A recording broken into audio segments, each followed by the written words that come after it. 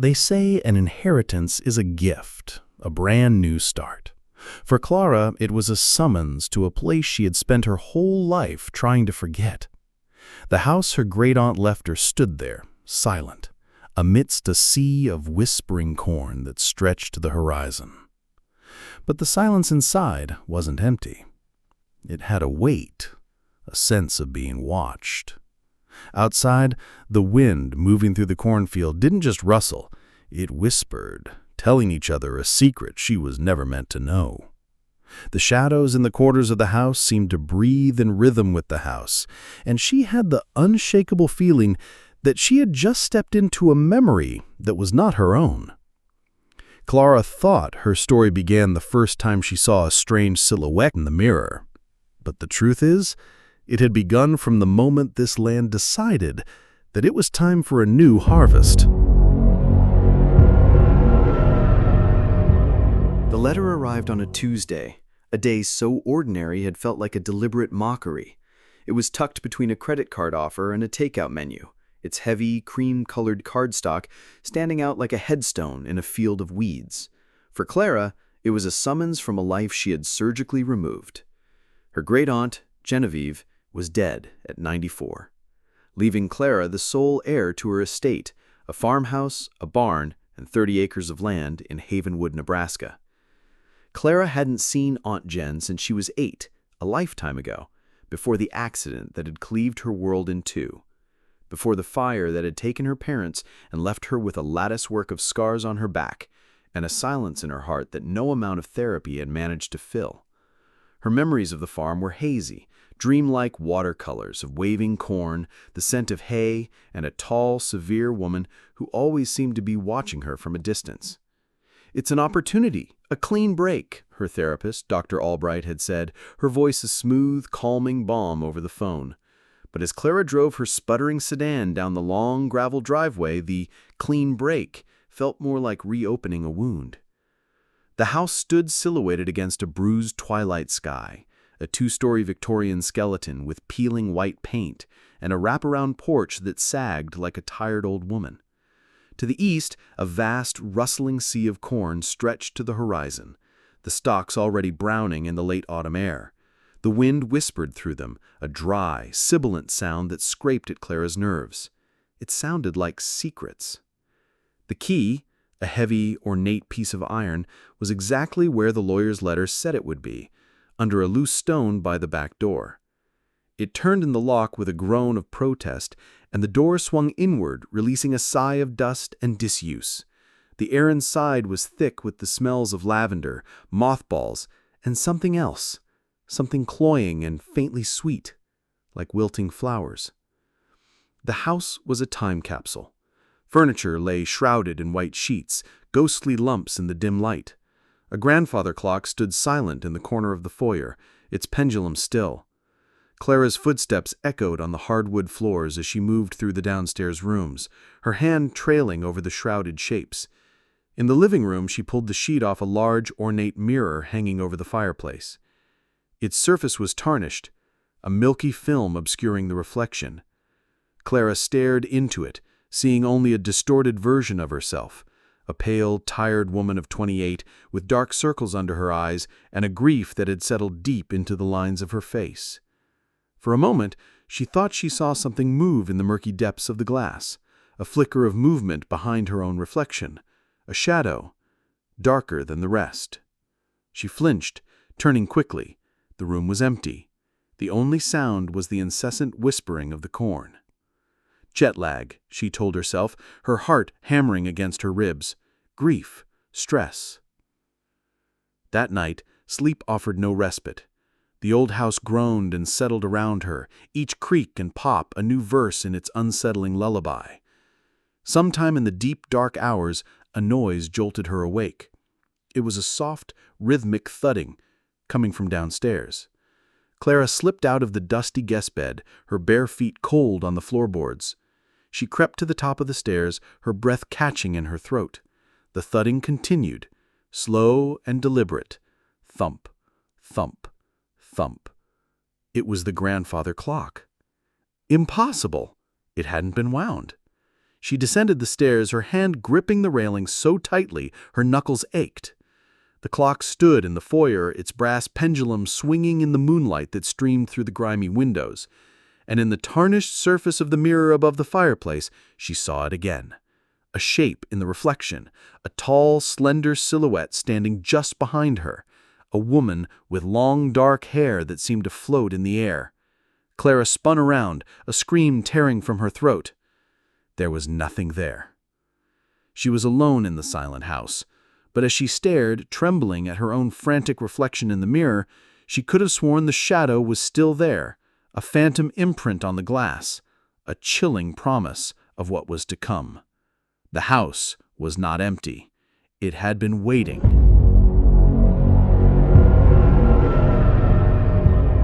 The morning sun did little to burn away the chilling memory of the night. Daylight in Havenwood was a weak, watery thing, filtering through the skeletal branches of the oak trees that dotted the property. Clara, armed with a mug of instant coffee that tasted like burnt plastic, embarked on a more thorough exploration of the house, determined to rationalize the terrors of the dark. She told herself the clock had a residual wind, that the figure in the mirror was a trick of the light, a symptom of a mind steeped in grief and exhaustion. But the feeling of being watched was a persistent, clammy hand on the back of her neck. The house was a hoarder's paradise of memories. Every drawer and closet was filled with Genevieve's life, neatly categorized and preserved.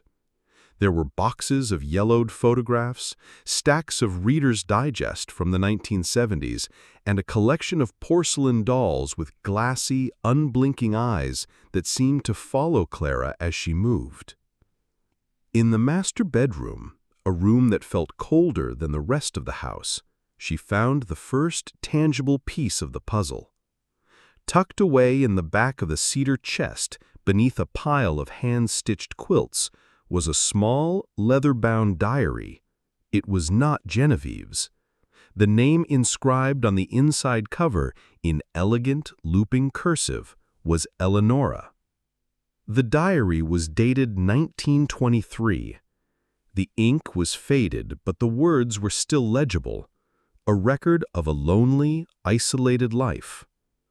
Eleonora wrote of the endless cornfields, of the suffocating silence of the prairie, and of a profound, all-consuming love for a man named Thomas.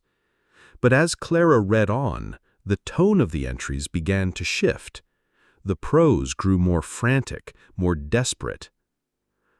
October 17th, 1923. Thomas says it is only the wind, the way the corn whispers at night. He does not hear her. He does not see her shadow dancing in the moonlight between the stalks. She is always there, watching the house, watching me. October 24th, 1923. I saw her in the mirror today. My own face, but not. Her eyes were dark with envy, her hair a cascade of midnight. She is beautiful, and she is dead. Thomas loved her first. He will always love her best. Clara's blood ran cold. She slammed the diary shut, her hands trembling. This was more than just a house's settling noises. This was a story, a history of haunting that echoed her own feelings of living in the shadow of a memory. The house seemed to respond to her discovery. The whispers began that afternoon. They were faint at first, like the sigh of the wind through a keyhole, a sibilant hiss that slithered on the walls themselves. Clara would be in the kitchen, and she'd hear a soft murmur from the parlor. She'd be in the bedroom, and a faint, sighing sound would emanate from the hallway. She tried to ignore it, blasting a podcast from her phone as she scrubbed a century of grime from the kitchen counters. But the whispers were insidious, weaving themselves between the words of the podcast hosts, twisting their cheerful banter into something sinister. That evening, as dusk bled across the sky, Clara stood at the kitchen window, staring out at the rustling corn. The stalk swayed in the breeze, a hypnotic, undulating motion. And then she saw him, a figure, standing at the edge of the cornfield, a scarecrow. She hadn't noticed it before. It was a classic construction of old clothes stuffed with straw, a burlap sack for a head with crudely painted features. It wore a tattered flannel shirt and faded denim overalls. It was perfectly still, a silent sentinel guarding the entrance to the corn. As she watched, a gust of wind picked up, rustling the corn into a frenzy. The scarecrow's arms, propped up on a wooden crossbeam, seemed to lift, just for a second, as if in greeting. Clara's breath hitched. It was a trick of the light, she told herself, a trick of the wind. But then, as the last vestiges of sunlight died, she saw it again. In the deep shadows gathering at the edge of the field, the scarecrow's head tilted, its painted smile seeming to widen in the gloom. It was an invitation, and from the depths of the corn she heard a whisper, clearer this time, a woman's voice, carried on the wind. "Come." A wave of vertigo washed over Clara. She stumbled back from the window, her heart a frantic drum against her ribs. The house was no longer just a house. It was a vessel filled with the echoes of a tragic past, and the land, the endless whispering corn, held a presence that was waking up. The whispers in the walls were finding a voice, and the silent watchers were beginning to stir. The next morning, Clara fled the oppressive silence of the farmhouse, desperate for the mundane comfort of human interaction. The rattling engine of her car was a welcome roar against the whispers of the corn. She needed supplies, but more than that, she needed to see other faces, to hear other voices, to remind herself that a world existed beyond the 30 acres of haunted land she now called her own. Havenwood's town square was a postcard from a bygone era, a quaint 2-block stretch of brick buildings with faded awnings, a gazebo in the center of a small park, and a general store with a bell that chimed when she opened the door. The air inside smelled of sawdust and coffee. A handful of locals, old men in seed caps and flannel shirts, stopped their conversations to turn and stare at her. Their gaze was not openly hostile, but it was heavy, appraising, the look of a closed community examining a foreign object. The woman behind the counter, a stout, gray-haired woman with a name tag that read Mildred, offered a tight, thin-lipped smile. "You must be Genevieve's girl," she said, her voice raspy. It wasn't a question. "I'm Clara," I replied, forcing a smile of her own. "Her great-niece." "We were sorry to hear about Jen," Mildred said, though her eyes held no trace of sorrow. They were a pale, washed-out blue, and they seemed to look right through Clara. She was a fixture.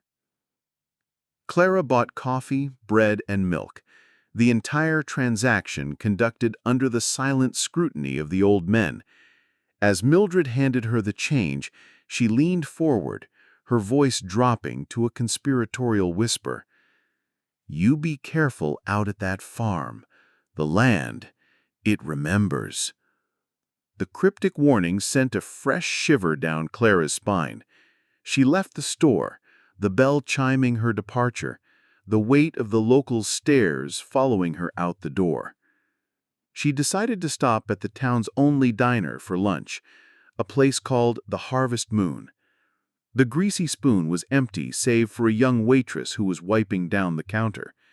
As Clara slid into a booth, she noticed the town's sheriff, a big-bellied man with a sun-weathered face, sitting at the counter with a half-eaten piece of pie in front of him. He, too, watched her, his expression unreadable.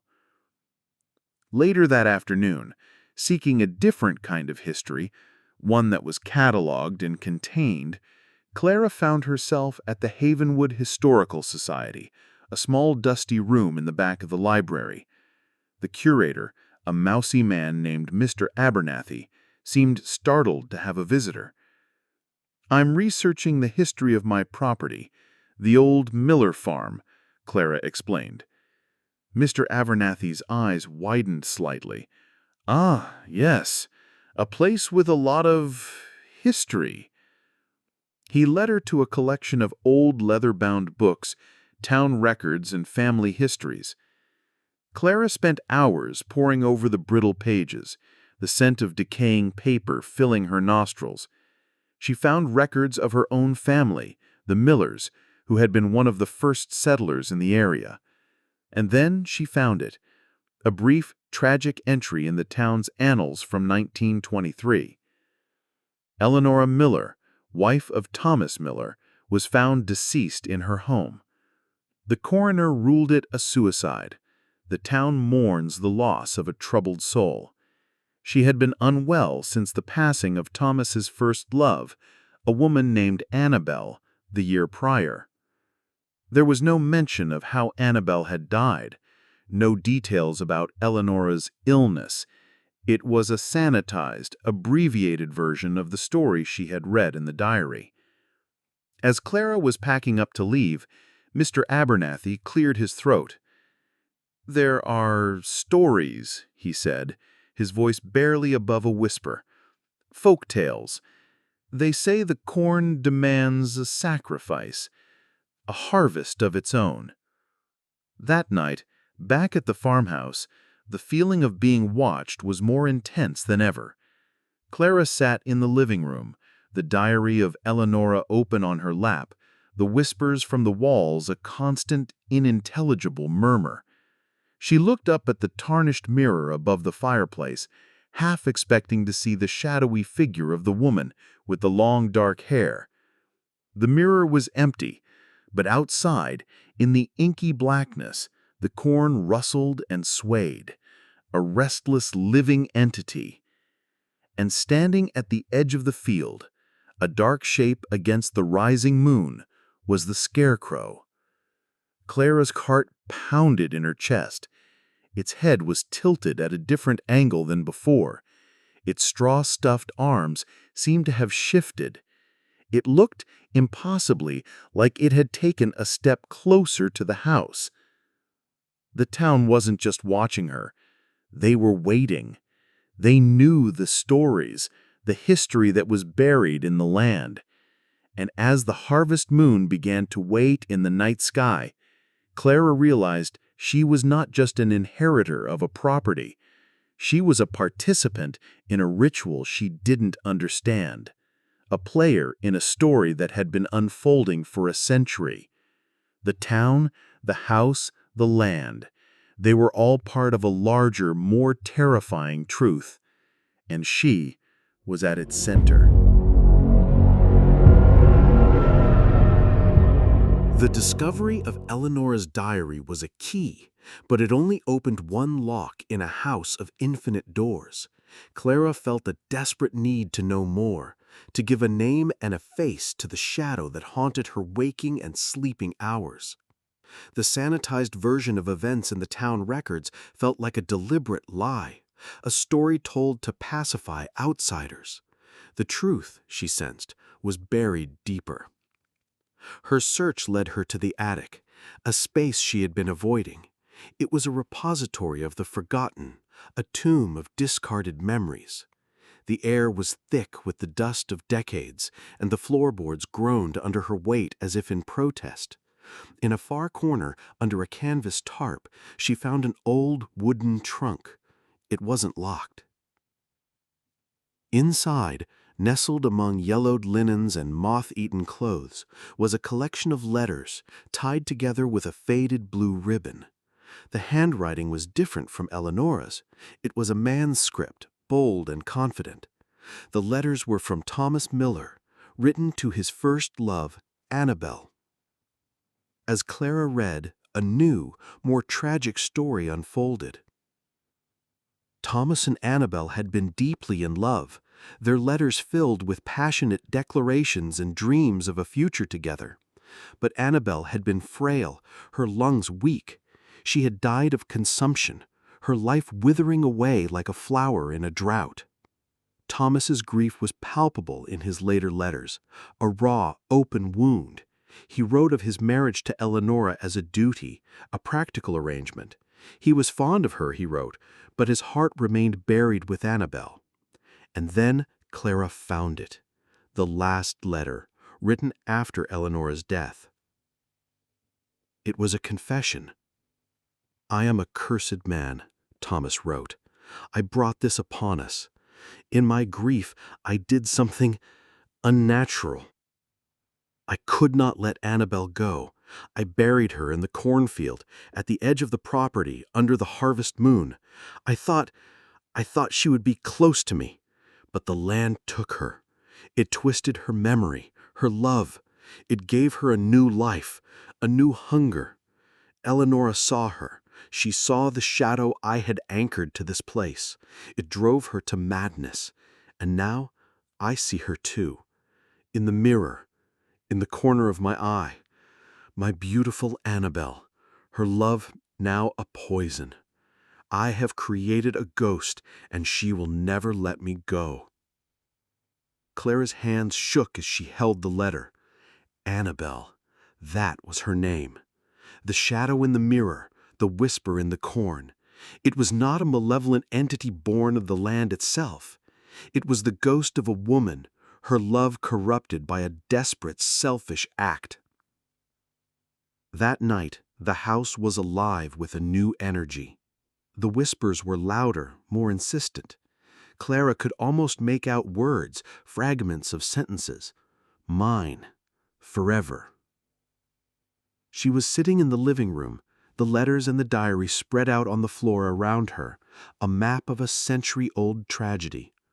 The grandfather clock, which had been silent since the first night, suddenly chimed, its mournful bell echoing through the house. It struck midnight. As the last chime faded, Clara looked up at the mirror above the fireplace. The tarnish on the glass seemed to recede, the surface clearing as if wiped by an unseen hand, and in its depths she saw her. It was not a fleeting glimpse this time. The figure of a woman stood in the reflection, superimposed over Clara's own. She was young, with a face of heartbreaking beauty, but her eyes were hollow, filled with a bottomless sorrow. Her long dark hair flowed around her, weightless, as if under water. It was Annabel. She raised a translucent hand, pressing it against the glass from the other side. A cold spot formed on the mirror, a circle of frost in the center of the room. Clara could feel the chill from where she sat, a wave of unnatural cold that had nothing to do with the autumn night. Annabel's lips moved, but no sound came out.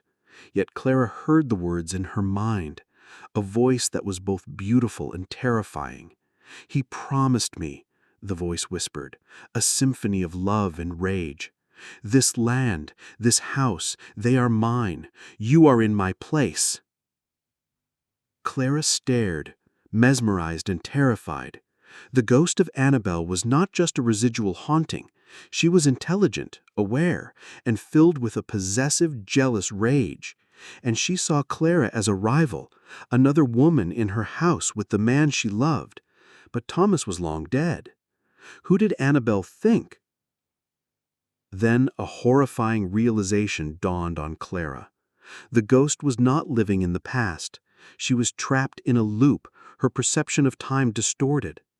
She didn't see Clara. She saw Eleonora. The mirror clouded over again, the image fading. But the chilling presence of Annabel remained, a palpable weight in the room. Clara knew now that she was not just dealing with a ghost. She was facing a love story that had curdled into a nightmare, a past that refused to stay buried, and she was standing in the crosshairs of a century-old obsession. The revelation in the attic, the letters, the name, the truth of Annabel's unhallowed grave shifted the ground beneath Clara's feet. The haunting was no longer a vague, malevolent force. It had a face and a story, a tragedy that felt disturbingly familiar. A woman defined by a love that outlasted death, a love that had festered into something monstrous. Clara, who had spent a decade trying to outrun the ghosts of her own past, felt a flicker of unwanted empathy for the spirit that tormented her. But empathy was a luxury she couldn't afford. The knowledge of Annabelle's burial spot drew Clara's gaze constantly to the cornfield. It was no longer just a feature of the landscape. It was a grave, a 30-acre tombstone. The whispers that rustled through the stalks now seemed to form a single coherent name, Annabelle. Driven by a mixture of fear and a desperate need for confirmation, Clara waited for the afternoon sun to reach its zenith, a time when folklore claimed spirits were at their weakest. Armed with a shovel from the barn, she walked toward the edge of the property, her heart a frantic, fluttering bird in her chest. The scarecrow stood sentinel, its painted smile a grotesque mockery. It seemed to watch her approach, its burlap face turned slightly more towards her than she remembered. The air grew heavy as she entered the first few rows of corn. The rustling stalks closed in around her, creating a claustrophobic, tunnel-like effect. The sky disappeared, replaced by a canopy of green and gold. The world narrowed to the path ahead, the scent of damp earth, and the rhythmic swish, swish, swish of the leaves. She followed the line of the property as described in Thomas's letter, her eyes scanning the ground for any disturbance, any sign of a long-forgotten burial. The silence here was different from the silence of the house. It was a living silence, teeming with the sounds of insects and the groaning of the stalks. After nearly an hour of searching, she found it, a slight depression in the earth, a place where the corn grew thinner, the stalks more withered than the rest, a patch of ground that the earth itself seemed to be rejecting. As Clara drove the shovel into the soil, a sudden unnatural wind whipped through the cornfield. The stalks thrashed violently, their leaves like 1,000 razors. The whispers escalated into a chorus of angry hisses. The sky, visible in a small patch above her, seemed to darken, the sun momentarily obscured by a passing cloud. She ignored it, digging with a feverish intensity. The soil was loose, unnaturally so. A few feet down, the shovel struck something hard. Not a rock. It was the dull, hollow thud of metal on wood. With trembling hands, she cleared the remaining earth, revealing the rotted lid of a simple wooden coffin. A wave of nausea and dread washed over her. It was real. Annabelle was here. As her fingers brushed against the decaying wood, the whispers in the corn coalesced into a single, piercing scream. The sound was not in her ears, it was inside her head. A psychic shriek of pure, undiluted rage. "Leave me be!" Clara stumbled back, dropping the shovel. The world tilted on its axis. The corn stalks around her seemed to writhe and twist, their leaves like grasping fingers. The shadows between the rows deepened, coalescing into vaguely human shapes that flickered at the edge of her vision. And then she saw her, not in a mirror, not as a fleeting shadow, but standing at the far end of the row, her form shimmering and translucent. Annabelle. Her beautiful face was contorted in a mask of fury, her dark hair whipping around her as if in a phantom storm. She raised her hand, and the scarecrow at the edge of the field shuddered, its head jerking upright. A primal fear, cold and absolute, seized Clara. She turned and ran. She fled through the labyrinthine rows, the cornstalks grabbing at her clothes, their leaves stinging her face. The angry whispers pursued her, a wave of venomous sound. Behind her, she could hear the heavy, lurching tread of the scarecrow, a sound of straw and wood, and something else, something impossibly heavy, being dragged across the earth. She burst out of the cornfield, gasping for breath, her lungs on fire. She didn't look back. She ran to the house, slammed the door, and threw the bolt. She leaned against it, her body shaking uncontrollably. as the sun began its slow crimson descent. The cornfield was no longer a grave, it was a sanctuary, Annabel's sanctuary, and Clara had desecrated it. She had not just unearthed a body, she had awakened a guardian. The line between the psychological and the supernatural had been irrevocably crossed. The whispers were no longer just in the walls, they were outside, all around her, waiting for the sun to die, and they were promising a reckoning. The aftermath of the cornfield was a descent. The house, once a place of unsettling whispers, now felt like a cage, and Clara, the terrified animal trapped within. Sleep was a forgotten country. Every creak of the floorboards was the lurching step of the scarecrow. Every gust of wind against the window pane, the scrabbling fingers of Annabel. Clara's world shrank to the four walls of the farmhouse. She started sleeping on the couch in the living room, unable to bear the oppressive silence of the upstairs bedrooms. She kept the lights on all night, a futile bulwark against the encroaching darkness, but the shadows in the corners of the rooms seemed to deepen, to lengthen, to move when she wasn't looking directly at them. The psychological toll was immense. She began to doubt her own senses.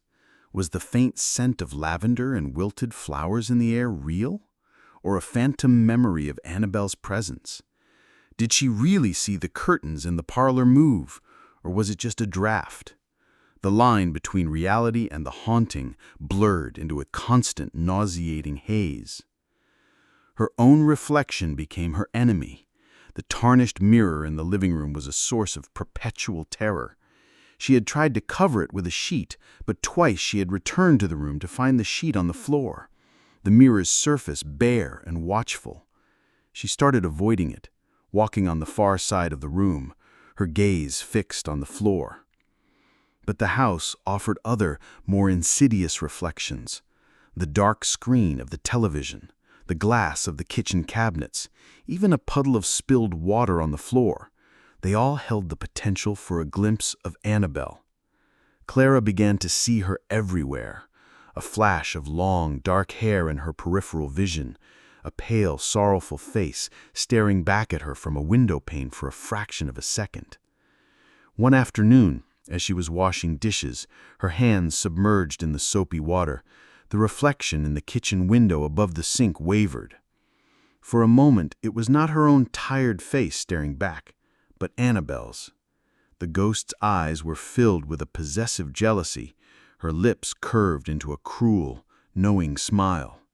Clara cried out and stumbled back, shattering a plate on the floor. When she looked again, the reflection was her own. But the fear, the chilling certainty of what she had seen, lingered.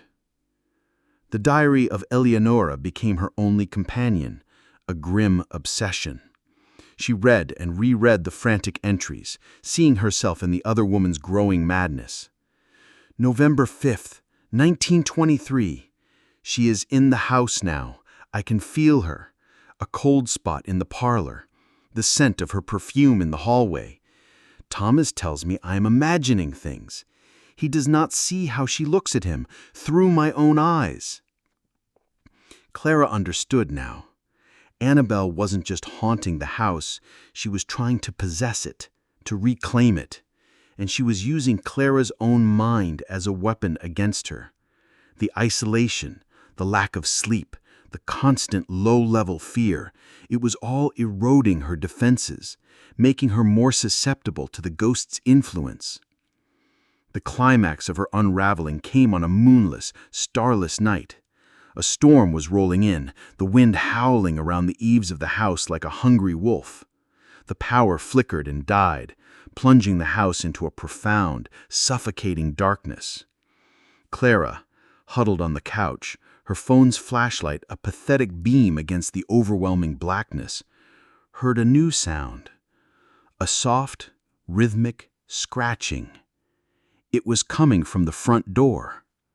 Scratch, scratch, scratch. It was the sound of fingernails on wood, but it was too high up. It was at eye level. Clara's blood turned to ice. She knew, with a certainty that defied all logic, who was at the door. It was Annabelle. No longer content to be a reflection, a whisper, a shadow. She was trying to get in. And then, from the foyer, came the slow, deliberate ticking of the grandfather clock. It began to chime, its bell a death knell in the silent house. 1, 2, 3. With each chime, the scratching on the door grew more frantic, more violent. It was the sound of splintering wood, of a desperate, furious rage. Clara scrambled back, her phones clattering to the floor, its light extinguished. She was plunged into absolute darkness, the sound of the chiming clock and the tearing at the door filling the void. The 12th chime faded into silence. The scratching stopped. And then she heard it, the soft metallic click of the front door sliding open. The shadow was no longer at the periphery. It was no longer a reflection. It had found a way to touch the physical world. It was inside. The grasp had closed. The sound of the bolt sliding open was the breaking point. A dam of carefully constructed denial burst within Clara, flooding her with a raw, primal terror that was colder and sharper than anything she had ever known. She was no longer a grieving woman in a creaky old house. She was prey, cornered and defenseless. The front door swung inward with a low, mournful groan, revealing not the storm-tossed night, but an impossible, impenetrable blackness. From this void, a figure began to resolve, a being made of shadow and moonlight. It was Annabelle, but she was different now. The tragic beauty was gone, burned away by a century of rage. Her form was sharper, more defined, her eyes glowing with a faint, phosphorescent light. The long, dark hair that had once floated ethereally now writhed like a nest of snakes. She glided into the foyer, her feet not touching the floor. The air grew frigid and frost bloomed on the floorboards in her wake. She turned her head, her glowing eyes fixing on Clara, who was frozen in terror on the couch. The whisper filled the room, not from the walls, but from the specter herself. "This is my house." Clara's mind, shattered by fear and exhaustion, finally gave way. She screamed, a raw, guttural sound, and scrambled off the couch, her only instinct to put distance between herself and the apparition. She fled, not for the back door, a path that would take her past the horrifying guest, but up the stairs, a desperate, illogical retreat. She slammed the door of the master bedroom behind her and fumbled with the old skeleton key in the lock, her hands shaking so violently it took 3 attempts to turn it. She leaned against the door, her breath coming in ragged, painful sobs, listening. For a moment, there was only silence, and then a soft, almost gentle scratching at the door. Scratch, scratch, scratch. It was the sound of a single, delicate fingernail tracing the wood. "You cannot hide from me, Eleonora," Annabelle's voice whispered, the sound seeping through the wood of the door as if it were water. "I always find you." Clara scrambled away from the door, her eyes darting around the dark room, looking for a weapon, an escape. Her gaze fell on the large, freestanding cheval mirror near the wardrobe, its surface gleaming in a stray sliver of moonlight from the window. And in the mirror she saw the room as it was, but she also saw Annabelle, standing directly behind her, her translucent hand reaching for Clara's shoulder. Clara spun around, but there was nothing there. She was alone in the locked room. She looked back at the mirror. Annabel was still there, her expression a mixture of triumph and sorrow. Her hand was now on Clara's reflected shoulder, and in the glass, Clara could see her own terrified face, her eyes wide with a madness that mirrored Eleanora's diary. "He will be mine again," the spirit whispered, her voice a cold caress in Clara's mind. "I will have you, and then he will see me. He will love me."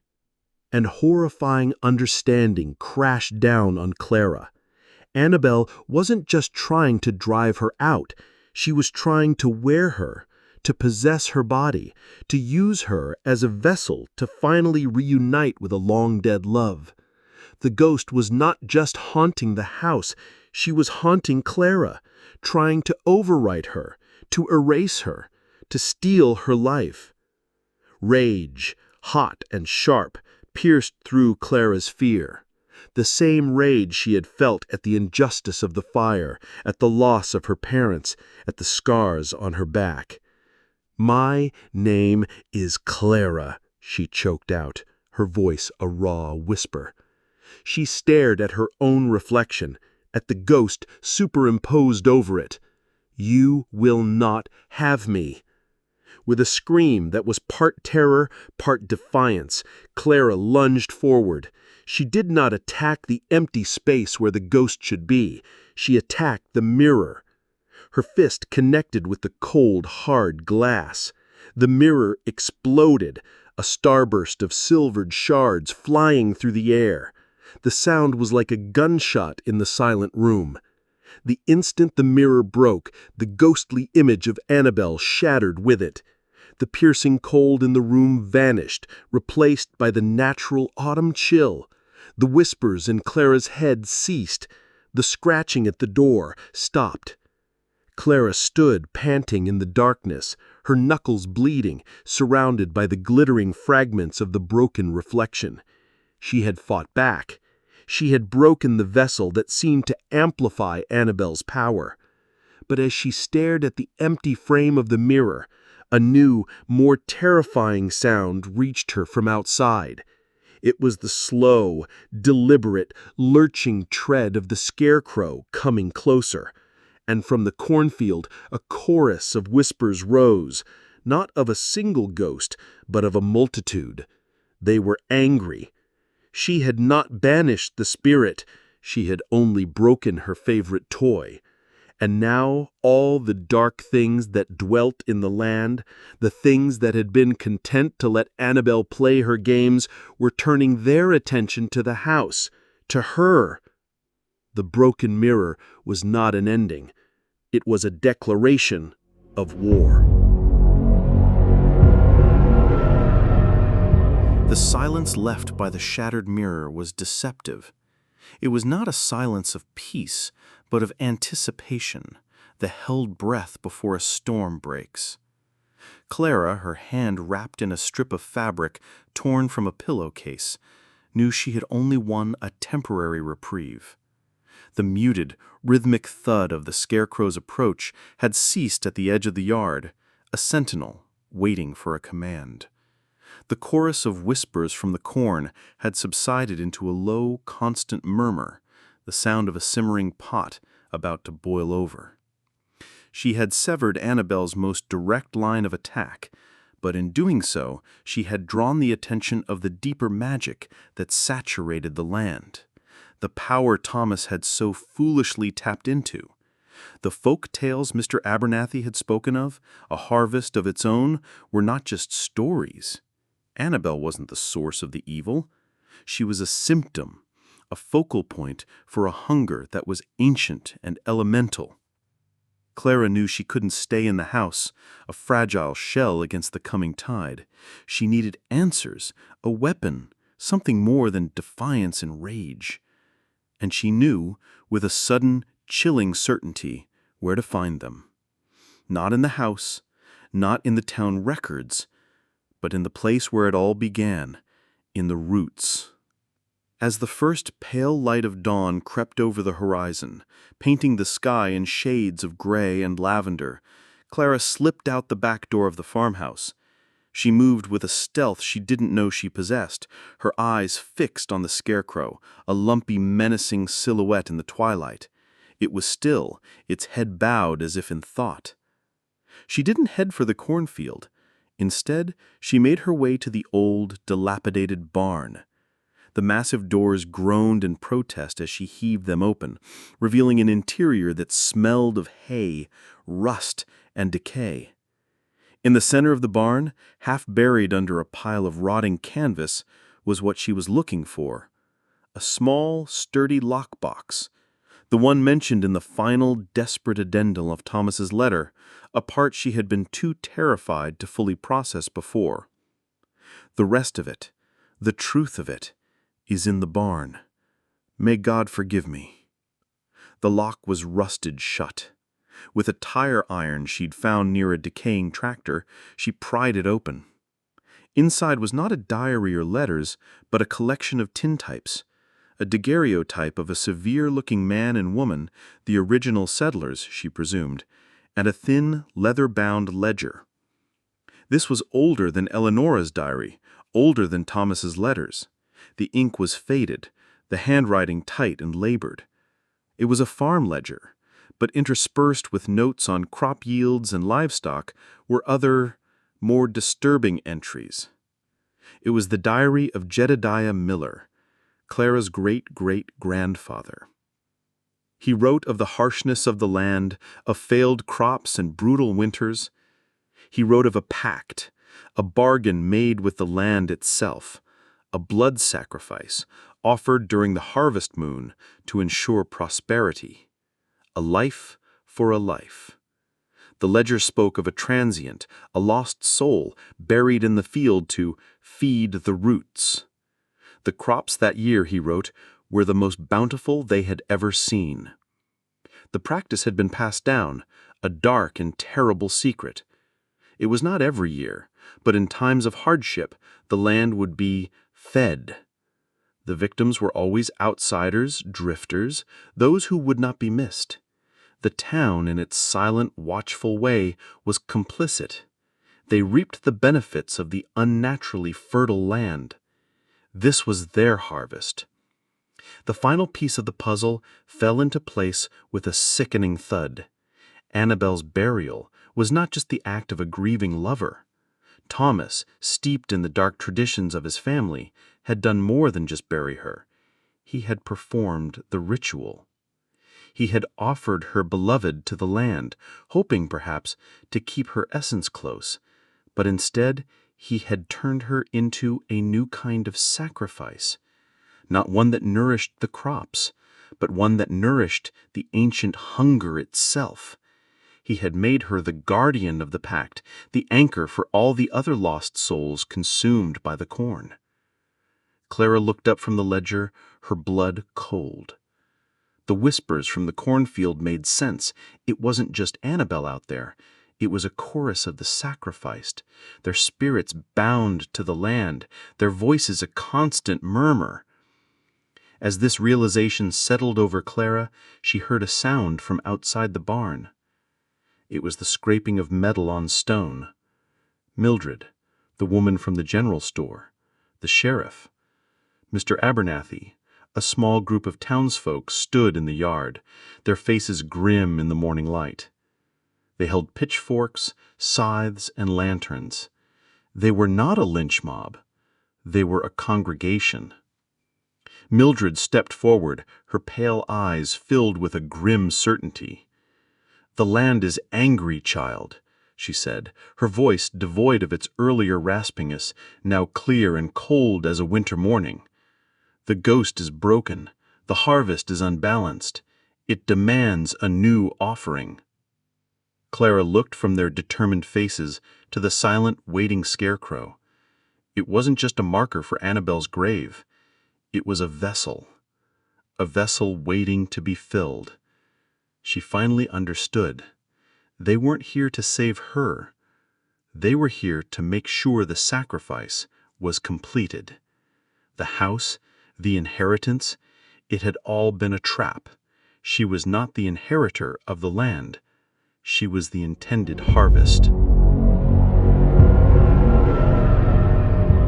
The barn was no longer a refuge. It was a trap. The townsfolk, their faces etched with a grim generational piety, formed a loose semicircle around the entrance, their farming implements held not as weapons, but as ceremonial tools. They were not monsters. They were acolytes, their fear of the land far greater than any empathy they might have for an outsider. "The cycle must be completed," the sheriff said, his voice a low rumble. "The land gives, but it must also take. It's the only way to keep the rest of the year quiet. To keep them quiet." He gestured with his chin toward the rustling cornfield. Clara's mind raced, a frantic search for an escape route, a weapon, a plan. The truth she had uncovered in the ledger was her only advantage. They saw her as a sacrifice, a passive offering to be given to a hungry god.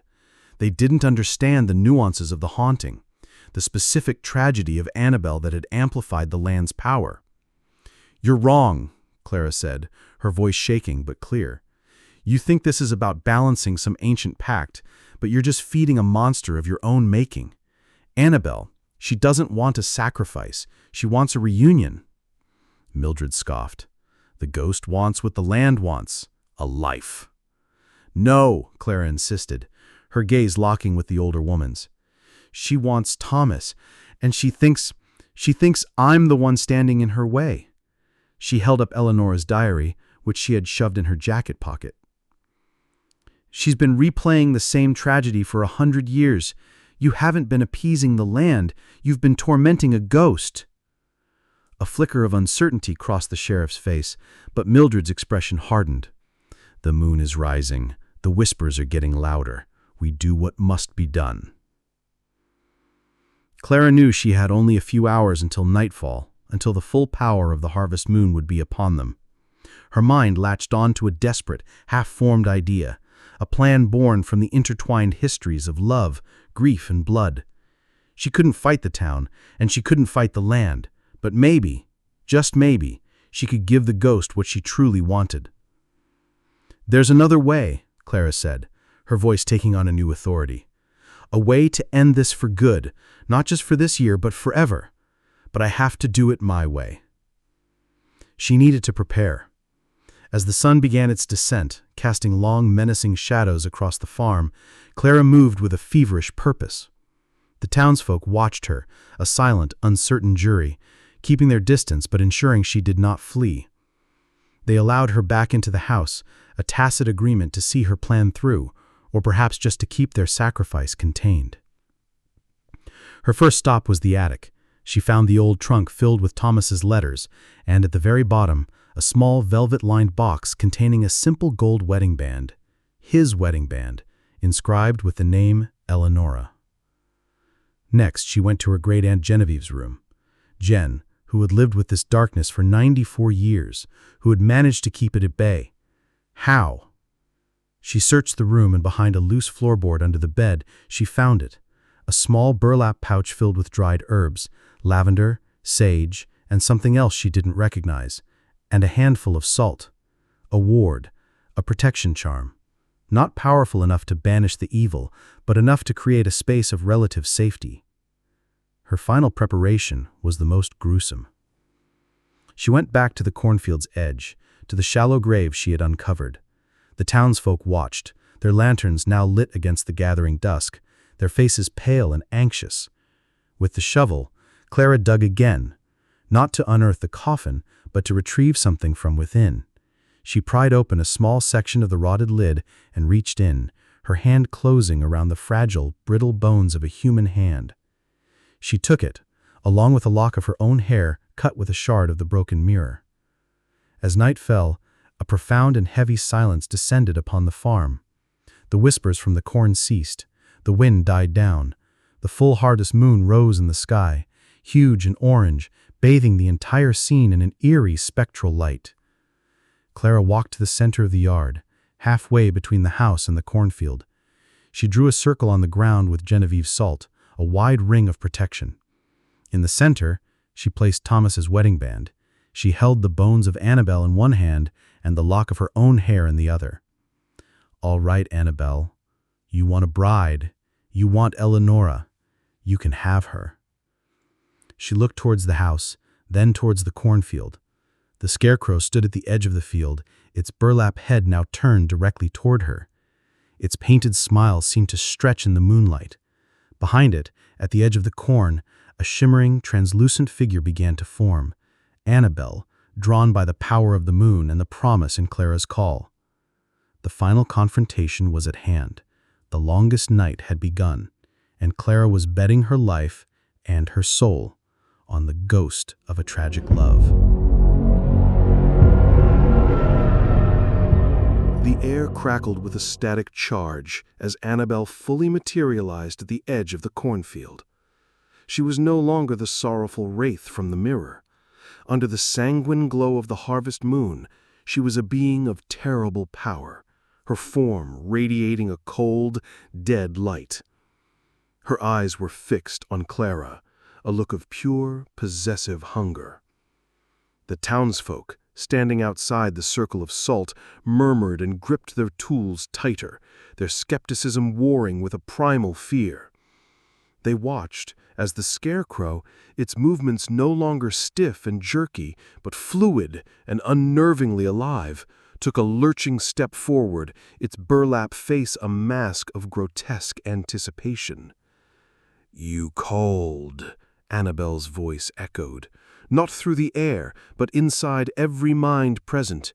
It was a voice of crushed velvet and broken glass. "You wear her skin. You stand in her place. Come, Eleonora. It is time."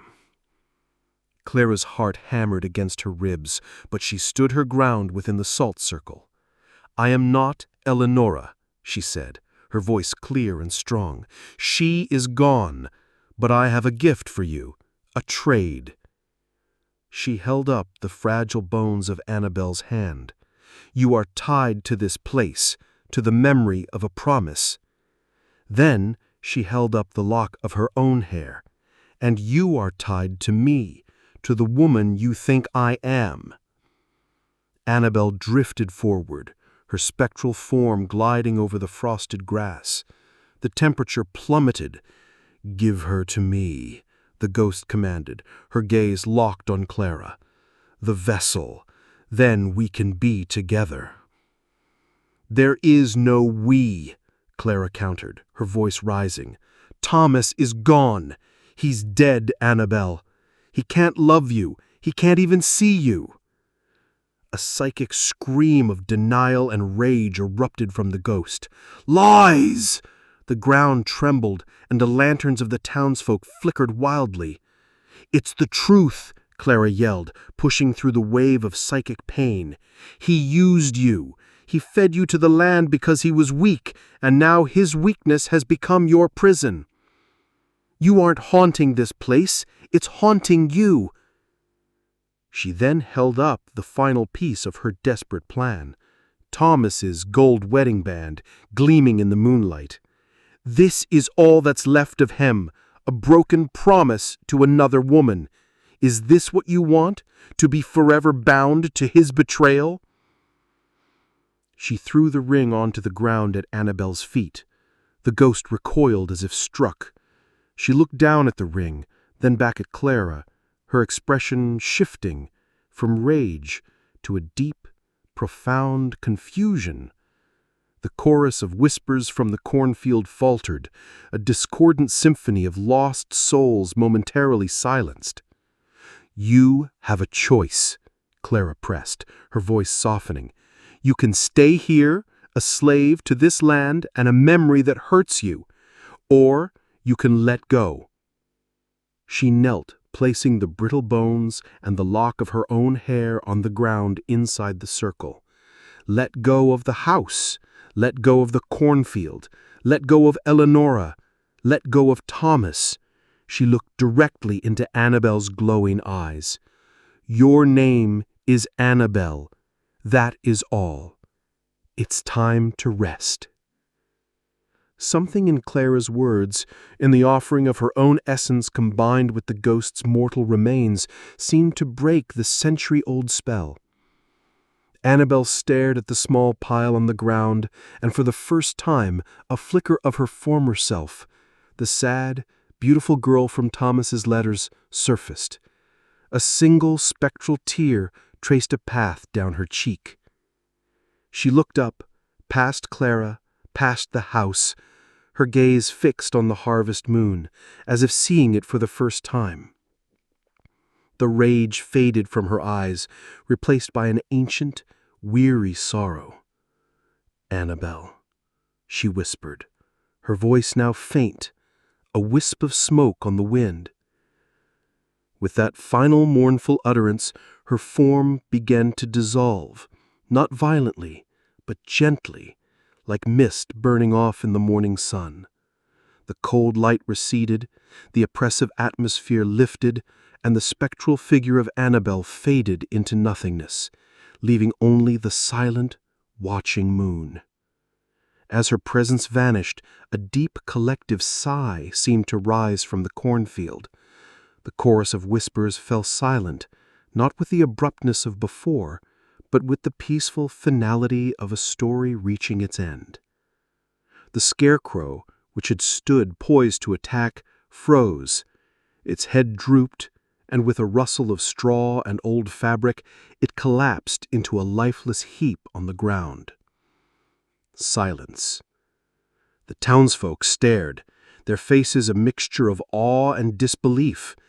Mildred lowered her pitchfork, her mouth agape. The sheriff took off his hat, running a hand through his hair.